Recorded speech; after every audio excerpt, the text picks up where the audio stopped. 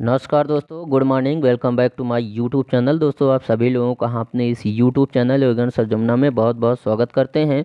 दोस्तों, आज का ये वीडियो क्लास 10th सामाजिक विज्ञान के लिए सबसे ज़्यादा इम्पोर्टेंट है।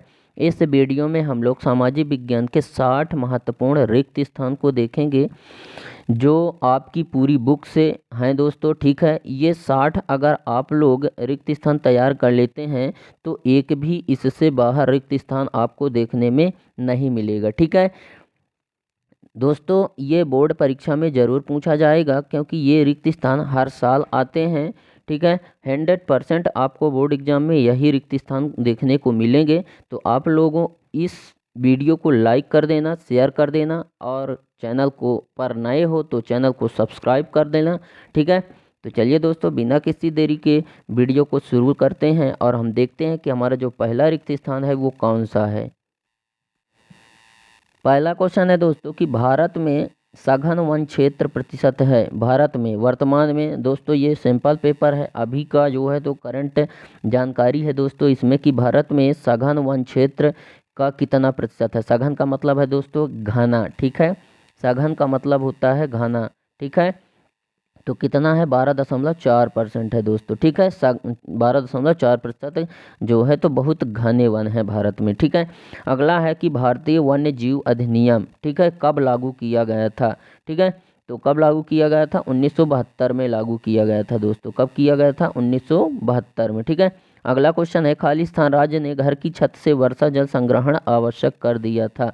किसने किया था तो तमिलनाडु ने किया था दोस्तों। ठीक है, मतलब तमिलनाडु एक ऐसा जो है तो राज्य था जिसने वर्षा के जल को छत घर की छत पर ही जो है तो संग्रहित करने का आदेश दिया था और संग्रहित करने का जो है करना आवश्यक कर दिया था सभी लोगों के लिए। ठीक है, अगला क्वेश्चन है कि जल खालिस्तान योग्य संसाधन है। जल एक नवीकरण संसाधन है दोस्तों, इसका हम कितना भी उपयोग करें ठीक है यह ख़त्म नहीं होता है। ठीक है, जबकि अगर हम पेट्रोल को उपयोग करेंगे तो वो ख़त्म हो जाएगा। ठीक है, क्योंकि जो है तो पेट्रोल क्या है परंपरागत साधन है। इसे नवीकरण साधन भी बोलते हैं दोस्तों जल को, और इसको जो है तो नवीकरणीय साधन भी बोलते हैं, और इसको जो है तो गैर परंपरागत साधन भी बोलते हैं दोस्तों। ठीक है, अगला क्वेश्चन देखते हैं। प्राचीन काल में बृहत स्तर पर बांध, झील और सिंचाई का निर्माण ठीक है निर्माण जो है तो किसने करवाया था। ठीक है, तो प्राचीन काल में बृहत स्तर पर यानी कि बड़े पैमाने पर जो है तो बांध का निर्माण, झील का निर्माण और सिंचाई तंत्रों का निर्माण जो है तो किसने करवाया था तो चंद्रगुप्त मौर्य ने करवाया था दोस्तों। ठीक है, यह एक ऐसा शासक था जिन्होंने जो है तो कई सारे बांध बनवाए थे और झीलों का निर्माण करवाया था और सिंचाई तंत्रों का भी जो है तो निर्माण किया था। ठीक है, अगला है हाउस खास का निर्माण किसने करवाया था तो इसका निर्माण जो है तो इल्तुतमिश ने करवाया था दोस्तों। ठीक है, हाउस खास का निर्माण। अगला है बांधों को कौन सी परियोजना कहा जाता है। ठीक है, तो बांध क्या है दोस्तों बहुउद्देशीय परियोजना है। ठीक है, बहुउद्देशीय परियोजना कैसे दोस्तों, इसलिए क्योंकि वह एक के साथ कई सारी जो है तो आवश्यकताओं की पूर्ति कर देते हैं। जैसे बांधों को जो है तो स्पेशली तरीके से तैयार किया गया था बिजली बनाने के लिए, लेकिन उसमें जो है तो मछली का पालन भी किया जाता है और उन्हीं बांधों से जो है तो नहरों में पानी छोड़कर किसानों के लिए कृषि फसलों की सिंचाई के लिए भी यूज किया जाता है। इसीलिए बांध क्या है बहुउद्देशीय परियोजना है। ठीक है, अगला क्वेश्चन है कि मेघालय में नदियों व झरनों के द्वारा बने पाइपों से जो है तो उपयोग किया जाता है। ठीक है, मतलब मेघालय में नदियों व झरनों के ठीक है खालिस्तान द्वारा बने पाइपों से ठीक है झरनों द्वारा जो पाइप बना है, नदियों द्वारा जो पाइप बना है, मेघालयों द्वारा जो पाइप बना है ठीक है बने पाइप से किसका उपयोग किया जाता है। ठीक है, तो उनमें जो है तो जल के बांस का जो पाइप बने हुए हैं वो किसके बने हुए हैं दोस्तों जल के मतलब जो है तो जल के बांस द्वारा बने पाइपों से उपयोग किया जाता है। ठीक है, मेघालय के जो पानी है वो नदियों का पानी, झरनों का पानी ठीक है मेघालय में जो नदियां हैं, जो झरने हैं, उनके जो पानी है दोस्तों उन पानी को जो है तो एक स्थान से दूसरे स्थान तक ले जाने के लिए जो है तो किसके द्वारा बने पाइपों से उपयोग किया जाता है। तो जल को जो है तो बांस के द्वारा जो पाइप बने हैं, ठीक है, जो बांस का पाइप बना है दोस्तों, उन पाइपों से नदियों एवं झरनों का पानी एक स्थान से दूसरे स्थान ले जाया जाता है दोस्तों, मेघालय में, ठीक है। अगला है सरदार सरोवर बांध किस राज्य में है, ठीक है, यह जो है तो दोस्तों गुजरात में है। अगला देखते हैं, देश में मूंगफली का सर्वाधिक उत्पादक राज्य गुजरात है दोस्तों। सबसे ज़्यादा मूंगफली का उत्पादन गुजरात है दोस्तों। मूंगफली जिससे नमकीन वगैरह बनाई जाती है ना, वो वाली मूंगफली, ठीक है। अगला है कपास, जूट और जो है तो सन फसलों के नाम हैं, ठीक है। ये कौन से फसलें हैं दोस्तों, तो ये रेशेदार फसलें हैं, ठीक है, इनमें से रेशा निकलता है, ठीक है, जिससे कपड़े वगैरह बनाए जाते हैं, ठीक है। देश में रबड़ का सबसे ज़्यादा उत्पादक राज्य कौन सा है दोस्तों, तो केरल है, ठीक है। सबसे ज़्यादा रबड़ का उत्पादन देश में कहाँ होता है दोस्तों, तो केरल में होता है, ठीक है, भारत देश के अंदर। फिर है खालिस्तान, गेहूं का प्रति हेक्टेयर सर्वाधिक उत्पादन करने वाला राज्य कौन सा है, ठीक है, तो कौन है दोस्तों, तो हो जाएगा उत्तर प्रदेश, ठीक है। गेहूं का प्रति हेक्टेयर सर्वाधिक उत्पादन करने वाला राज्य है, ठीक है।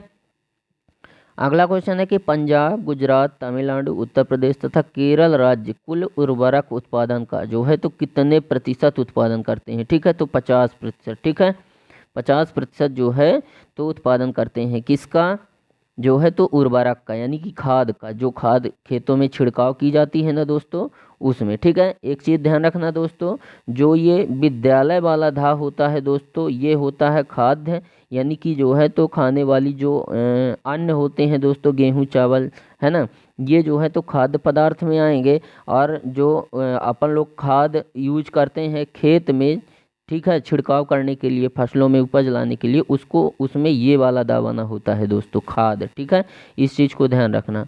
आगे देखते हैं दोस्तों, जल परिवहन देश का सबसे कैसा परिवहन है, तो सबसे सस्ता परिवहन है दोस्तों। जल परिवहन जो है वो देश का सबसे सस्ता परिवहन है, ठीक है।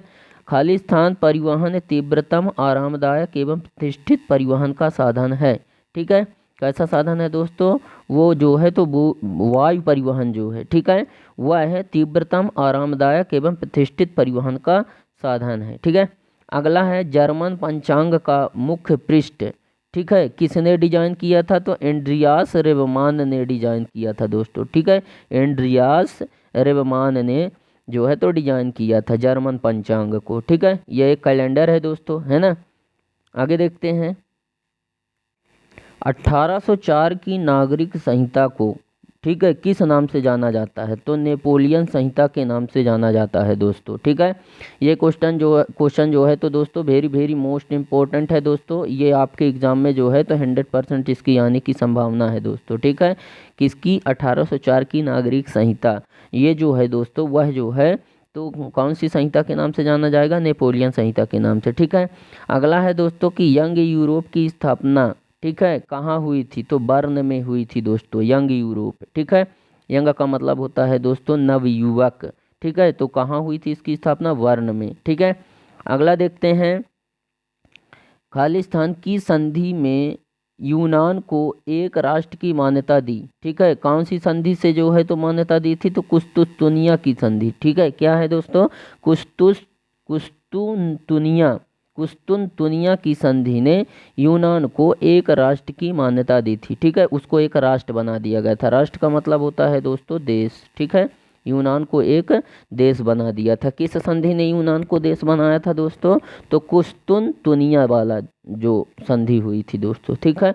अगला देखते हैं कि 1813 में फ्रांस लौटते हुए नेपोलियन को किस रूप में दर्शाया गया था, तो दोस्तों उसको डाकिये के रूप में दर्शाया गया था। अगला है फ्रेडरिक लिस्ट, क्या थे दोस्तों, तो वह अर्थशास्त्र के जो है तो प्रोफेसर थे, ठीक है, फ्रेडरिक लिस्ट, ठीक है। अगला है दोस्तों कि खालिस्तान के नेतृत्व में जर्मन का एकीकरण पूर्ण हुआ, ठीक है, ऑटोमान बिस्मार्क के नेतृत्व में पूरा हुआ था दोस्तों, ठीक है। अगर ऑटोमार्क बिस्मार्क अगर ना होते दोस्तों, ऑटोमान बिस्मार्क अगर ना होते तो जर्मनी का एकीकरण ना होता। वही एक ऐसे व्यक्ति थे जिन्होंने पूरे जर्मनी के लोगों को एकत्रित किया और उनमें एकीकरण का भाव पैदा किया, जिसके कारण जर्मनी का एकीकरण हुआ, ठीक है। अगला है दोस्तों, खालिस्तान के दशक में वंदे मातरम गीत किसने लिखा गया, ठीक है। वंदे मातरम जो गीत है दोस्तों वो कब लिखा गया, तो 1870 में लिखा गया था दोस्तों। किसके द्वारा, बंकिम चंद्र चट्टोपाध्याय के द्वारा लिखा गया था दोस्तों, ठीक है। अगला क्वेश्चन है दोस्तों कि 1760 के दशक में ईस्ट इंडिया कंपनी ने जो है तो किस राज्य में राजनीतिक सत्ता स्थापित की थी, तो बंगाल में। सर्वप्रथम बंगाल में उन्होंने जो है तो क्या की थी, राजनीतिक सत्ता स्थापित की थी, ठीक है, इस कंपनी ने, ठीक है। उसके बाद है कि उत्तर भारत में एल्गिन मिल खालिस्तान के दशक में कानपुर में खुली, ठीक है, तो 1860 के दशक में खुली थी दोस्तों, ठीक है। उत्तर भारत में जो है तो एल्गिन मिल कब खुली थी दोस्तों, तो 1860 में खुली थी। अगला क्वेश्चन है कि बंगाल के व्यवसायी द्वारकानाथ टैगोर ने जो है तो किसके साथ व्यापार किया था, बंगाल के जो व्यवसायी हैं द्वारकानाथ, वह द्वारकानाथ टैगोर ने चीन के साथ जो है तो व्यापार किया था। यह बंगाल के व्यापारी हैं दोस्तों, है ना, द्वारकानाथ टैगोर, जिन्होंने चीन के साथ व्यापार किया था, ठीक है। अगला क्वेश्चन है कि 1950 से 1960 के दशक में खालिस्तान और खालिस्तान बोलने वाले समूहों के बीच तनाव बढ़ने लगा, ठीक है। तो यहाँ पे हो जाएगा दोस्तों फ्रेंच, ठीक है, यहाँ पे हो जाएगा क्या, फ्रेंच, और यहाँ पे हो जाएगा डच, ठीक है दोस्तों। फ्रेंच लोग, फ्रेंचाइजी लोग और डच लोग, यही दो ऐसे जो है तो लोग थे जिन्हें जो है तो बोलने वाले समूहों के बीच में तनाव बढ़ने लगा था, ठीक है। ये अगर समूह में कहीं भी बोल देते थे तो समूहों में क्या होता था, तनाव बढ़ जाता था, ठीक है। अगला देखते हैं, दशक वंदे मातरम लिखा गया था, तो ये दोस्तों 1870 में लिखा गया था। फिर है कि भारत माता की विख्यात छवि को, ठीक है, किसने चित्रित किया था, मतलब भारत माता की जो विख्यात छवि है, विख्यात का मतलब है दोस्तों फैला हुआ, ठीक है। भारत माता की जो तस्वीर है दोस्तों वो पूरे विश्व में, पूरे संसार में, अपने पूरे भारत माता में अपने पूरे भारत में फैली हुई है दोस्तों, ठीक है। किसकी छवि जो है तो भारत माता की छवि, ठीक है, पूरे भारत में फैली हुई है, विश्व विख्यात है, ठीक है। तो उसका जो चित्र है दोस्तों तो किसने बनाया था, तो किसने बनाया था, अवनींद्रनाथ टैगोर ने बनाया था, ठीक है। अगला क्वेश्चन है कि मध्य प्रदेश की गुड़ेम पहाड़ियों में आंदोलन का नेतृत्व कौन किया था, ठीक है। तो मध्य प्रदेश की जो गुड़ेम पहाड़ी थी दोस्तों, वहाँ का जो आंदोलन हुआ था, उस आंदोलन का नेतृत्व दोस्तों अल्लूरी सीताराम राजू ने किया था। किसने किया था, अल्लूरी सीताराम राजू ने किया था, ठीक है। अगला है मुस्लिम लीग की स्थापना कब हुई थी, 1906 ईस्वी में हुई थी मुस्लिम लीग की स्थापना, ठीक है। अगला क्वेश्चन है कि गांधी जी द्वारा चंपारण सत्याग्रह कब किया गया था, 1917 में किया गया था, ठीक है। अगला है नूडल्स राष्ट्र से पश्चिमी देश में पहुँचे, ठीक है।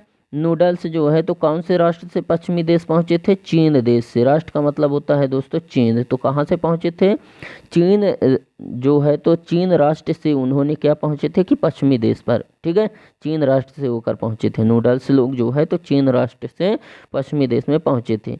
अगला है दोस्तों कि द्वितीय विश्व युद्ध, ठीक है, कब और कहाँ तथा कैसे हुआ था, ठीक है। तो द्वितीय विश्व युद्ध कब से कब तक लड़ा गया, ठीक है दोस्तों, ये 1939 से 45, ठीक है, 39 से 45 तक लड़ा गया द्वितीय विश्व युद्ध, ठीक है। 1939 से चला था कहाँ तक, 1945 तक, ठीक है, यानी कि 6 साल लगभग चला था दोस्तों। अगला क्वेश्चन देखते हैं कि केंद्र व राज्य सरकारों के अलावा बेल्जियम में तीसरे स्तर की सरकार को क्या कहा जाता है दोस्तों, सामुदायिक सरकार कहा जाता है, ठीक है। फ्लेमिश इलाके में कैसे लोग रहते, फ्लेमिश इलाके में जो लोग रहते थे वो कौन सी भाषा बोलते थे दोस्तों, तो वो डच भाषा बोलते थे, ठीक है। अगला है श्रीलंका में सर्वाधिक जो है तो बौद्ध धर्म के लोग रहते थे। कैसे धर्म के लोग रहते थे दोस्तों, बौद्ध धर्म के लोग, ठीक है। अगला है खालिस्तान के संविधान में स्पष्ट प्रावधान है कि केंद्रीय सरकार में डच और फ्रेंच भाषी मंत्रियों की संख्या समान होगी, ठीक है।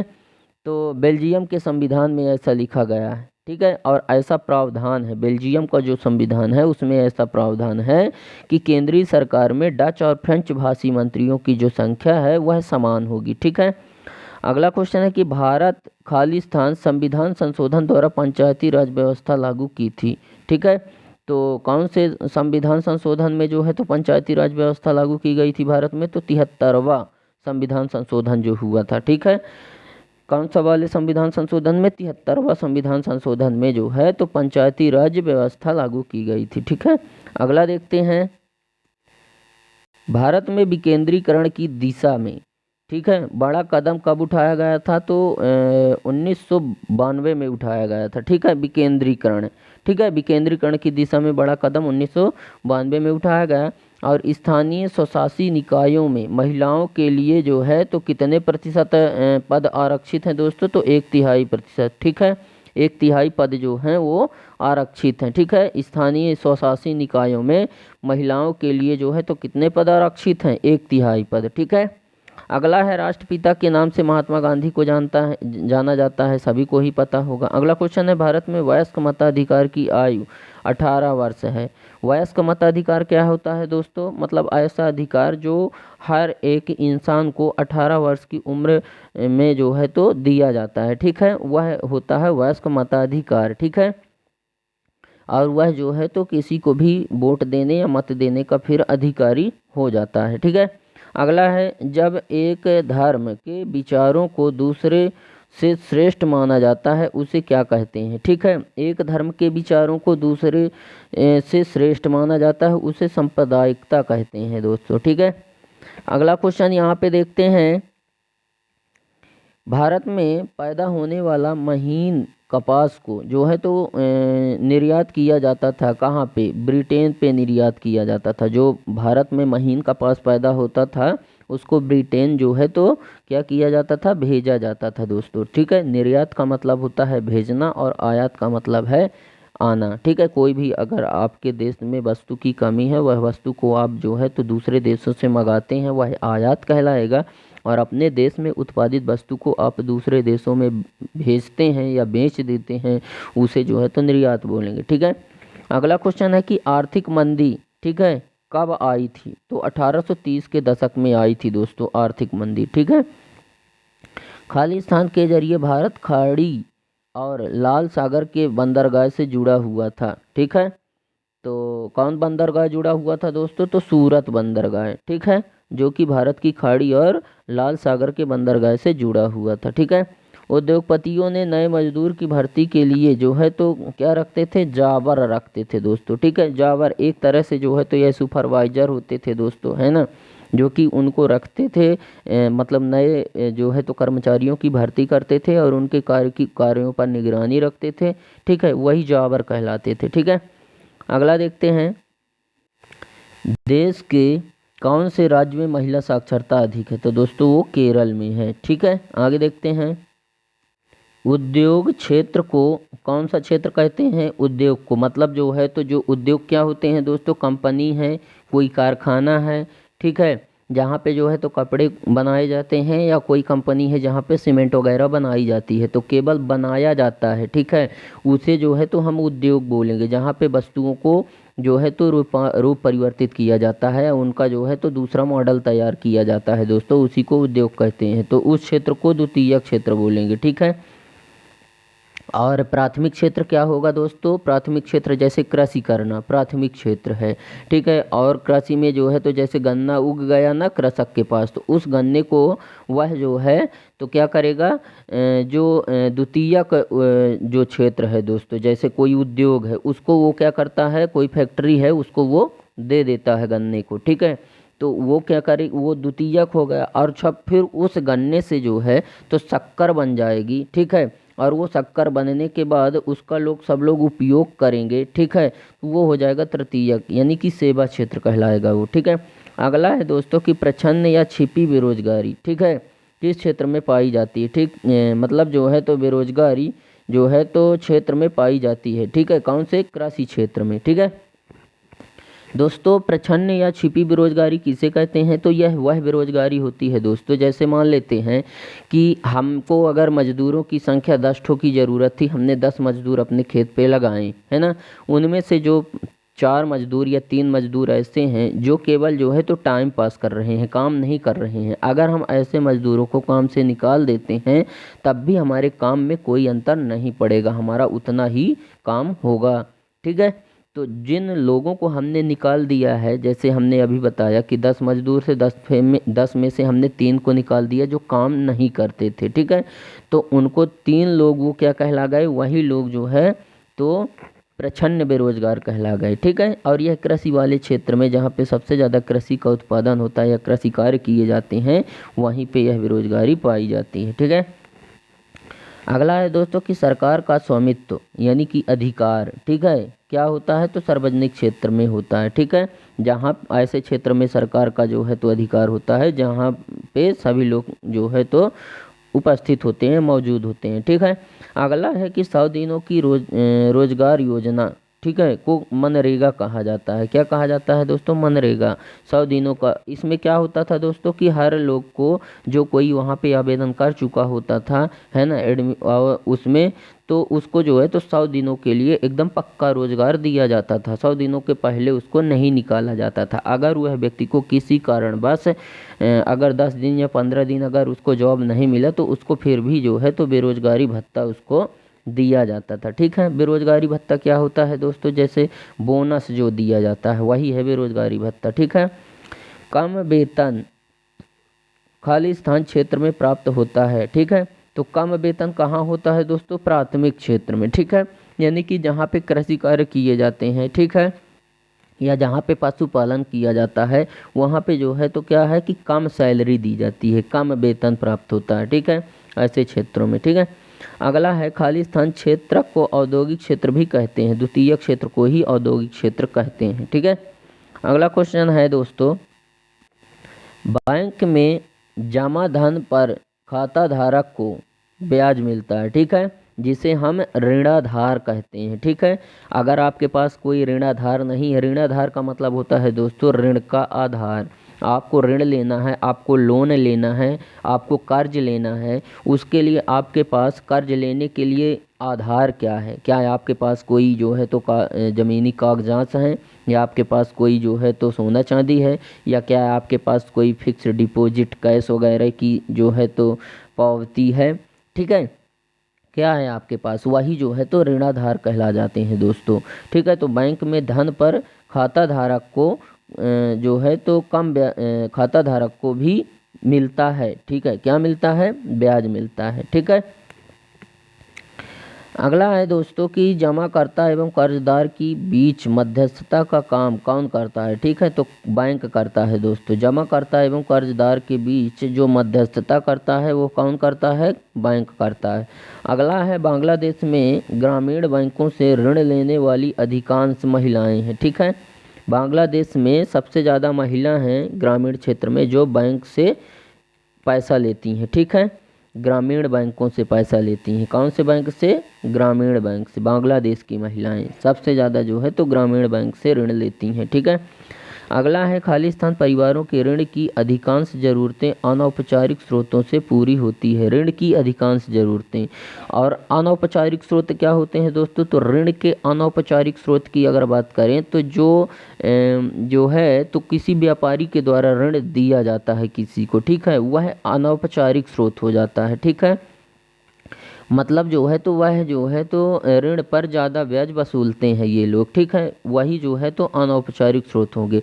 और औपचारिक स्रोत होंगे दोस्तों जो सरकारी गवर्नमेंट जो बैंक हैं जो है तो एक जो है तो कम ब्याज पर लोगों को लोन प्रोवाइड करते हैं, यानी कि जो है तो उनको कम ब्याज पर ऋण प्रदान करते हैं, ठीक है, वो होते हैं औपचारिक स्रोत, ठीक है। तो खाली स्थान में क्या हो जाएगा, निर्धन हो जाएगा। निर्धन परिवारों की जो ऋण की अधिकांश ज़रूरतें हैं वह अनौपचारिक स्रोतों से पूरी होती हैं। जो गरीब हैं, ठीक है, उनको जो है तो ऋण कौन देता है, जो है तो अनौपचारिक बैंक देते हैं, जैसे कि अनौपचारिक स्रोत से देते हैं, जैसे कोई जो है तो व्यापारी दे दिया, या कोई ज़मींदार दे दिया कर्ज, है ना, या कोई व्यवसायी दे दिया कर्ज, तो वह हो जाएगा अनौपचारिक स्रोत है, ठीक है। अगला है ऋण की लागत एवं ऋण का बोझ कौन बढ़ाती हैं, ऊंची ब्याज दरें, ठीक है, यह जो है तो ऋण की लागत और ऋण का बोझ बढ़ा देती हैं, ठीक है। अगला देखते हैं विभिन्न देशों को आपस में जोड़ने का मुख्य माध्यम क्या है? तो वो है दोस्तों विदेशी व्यापार। ठीक है, विदेशी व्यापार अगर नहीं होगा तो लोग आपस में नहीं जुड़ेंगे। ठीक है, उनमें एकीकरण नहीं होगा। अगला है स्वतंत्रता के पश्चात भारत सरकार ने विदेशी व्यापार एवं विदेशी निवेश, निवेश का मतलब होता है दोस्तों पैसे को इन्वेस्ट करना। ठीक है, या पैसा किसी चीज़ में लगा देना। ठीक है, निवेश पर प्रतिबंध लगा रखा है। ठीक है, यहाँ पे हो जाएगा प्रतिबंध। ठीक है, प्रतिबंध किसने लगा रखा है? भारत सरकार ने। ठीक है, जो विदेशी व्यापार हैं, विदेशी निवेश है, निवेश मतलब ना कोई विदेश का व्यक्ति भारत पे आकर पैसा लगा सकता है और ना ही जो है तो कोई जो है तो वहाँ का यहाँ आकर व्यापार कर सकता है। इस पर प्रतिबंध लगा के रखा है। ठीक है, अगला है भारत में लघु उद्योग में कृषि के बाद सबसे अधिक जो है तो नियोजित है। कौन नियोजित है? तो श्रमिक नियोजित हैं दोस्तों। ठीक है, भारत में जो है तो उद्योग में कृषि के बाद जो है तो श्रमिक नियोजित हैं। ठीक है, अगला है विश्व व्यापार संगठन सभी देशों के लिए जो है तो खाली स्थान से संबंधित नियम बनाता है। ठीक है, विश्व व्यापार संगठन सभी देशों के लिए, ठीक है, विदेशी व्यापार से संबंधित नियम बनाता है। ठीक है, विश्व व्यापार जो है पूरे संसार का व्यापार संगठन, वह विदेशी व्यापार से संबंधित नियम बनाता है। ठीक है, अगला है आयात पर कर। ठीक है, किसका उदाहरण है? तो वह व्यापार अवरोध का है। अवरोध का मतलब है दोस्तों रोकना या नियंत्रित करना। ठीक है, जैसे अगर आप व्यापार करते हैं तो आपका जो टैक्स वगैरह लिया जाता है वही है व्यापार अवरोध। ठीक है, आपसे टोल टैक्स लिया जाएगा या आप कोई भी सामान वस्तु उसमें जो है तो अगर लोडिंग किए हैं किसी भी जो है तो वाहन पर, उसका भी जो है तो आपसे कर लिया जाएगा, वही है व्यापार अवरोध। ठीक है दोस्तों, एक चीज़ आपको बता दें कि अपने भारत में ऐसी कौन सी वस्तु है जो विदेश से आती है लेकिन उसका कर नहीं देना पड़ता, उसमें कोई जो है तो प्रतिबंध नहीं है। ठीक है, उसे जो है तो वो है खिलौना दोस्तों, उसमें कोई भी कर नहीं देना पड़ता है उसके व्यापार में। ठीक है, तो इस तरह से दोस्तों उम्मीद करते हैं कि आपको हमारा आज का यह वीडियो पसंद आया होगा। वीडियो अगर पसंद आया तो वीडियो को लाइक करें, दोस्तों में शेयर करें और अगर आप हमारे चैनल पर नए हैं तो चैनल को सब्सक्राइब करें एंड बेल आइकन भी प्रेस करें ताकि हमारी नई नई वीडियो की नोटिफिकेशन आपको सबसे पहले मिलती रहे। तो दोस्तों आज के लिए बस इतना ही, मिलते हैं आप सभी लोगों से नेक्स्ट वीडियो में नेक्स्ट टॉपिक के साथ। तब तक के लिए जय हिंद, वंदे मातरम।